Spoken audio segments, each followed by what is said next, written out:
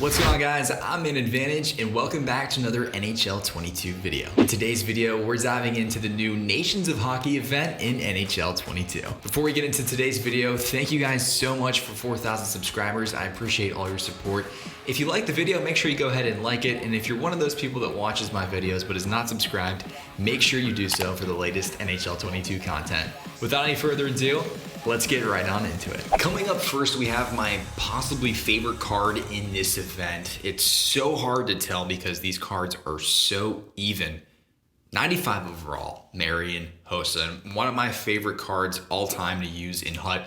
Let's dive into his card. First off, synergy-wise, all speed synergies, guys. You can make him 95 acceleration, 95 speed, which is absolutely cracked for somebody that's 6'1", 207, extremely hard to take off the puck like HOSSA. In addition to that, he has elite edges, shutdown, unstoppable force, which I probably wouldn't use, 5 ability points for Silver Whales, which is one of the best in the game, in my opinion. And then lastly, Born Leader for 2 ability points, Gold Born Leader. So if you have him on your first line, he's basically going to be out there with your first and second line all game, which is just an unreal advantage. Skating wise, this card is immaculate. Shooting wise, this card is fantastic. His hands are good. Host is always pretty hard to take off the puck at 207 and 6'1". And then defensively, this card is absolutely locked down. I love this card. This is a fantastic one to go after. As if it couldn't get any better, next up we have LARKIN. This card is also cracked. 97 acceleration, 97 speed,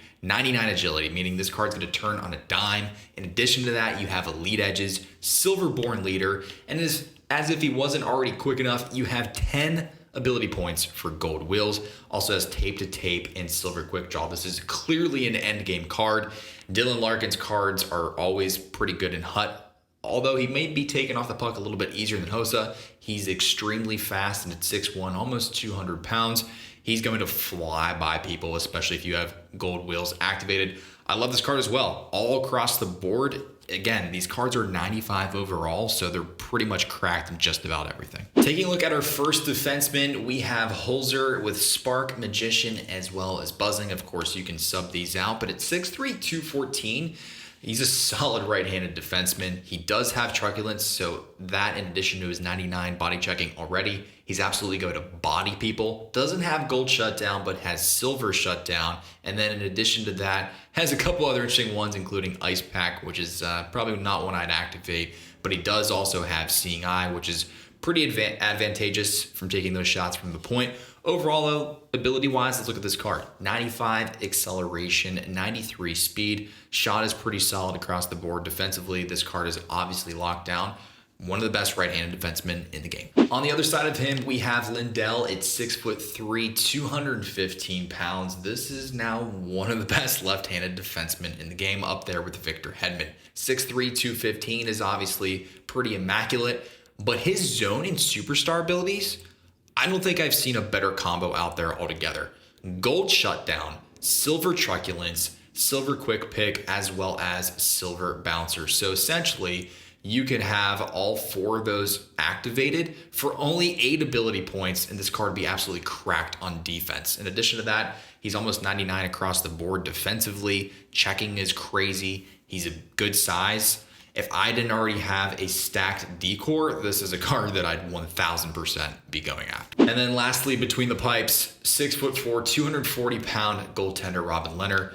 And yep, you guessed it, he has gold post to post. 73 aggression, 96 speed. I don't know, guys. I mean, to me, it's one of those things where these goaltenders just seem to keep getting better and better with each event. So I don't know if you take the bait and make them. But depending on what you have in net right now, I probably would steer clear of making Lehner. But this card, man, right now on paper, it's the best goalie in the game. So I'd be curious to see what your thoughts are to those who make them. The sets are going to work very similarly to what we have seen in previous sets. It's going to be 5 collectibles for a choice pack, or of course 7 collectibles if you want to ensure that you get the player that you're trying to make. And then as far as the overalls go and what it takes to get those sets turned in, I'm really ripping by some of these.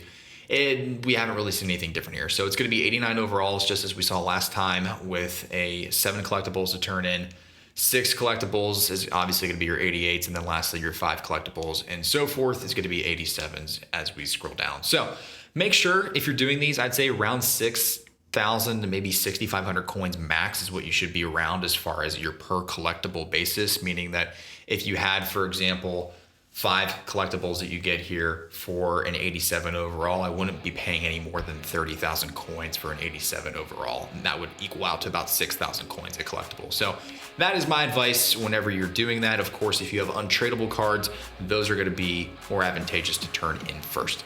That's it for me today, guys. Thank you so much for watching. If you liked the video, make sure you go ahead and hit that like button. And if you love NHL 22 content, I would love to have you stick around here with me. Make sure you go ahead and click subscribe.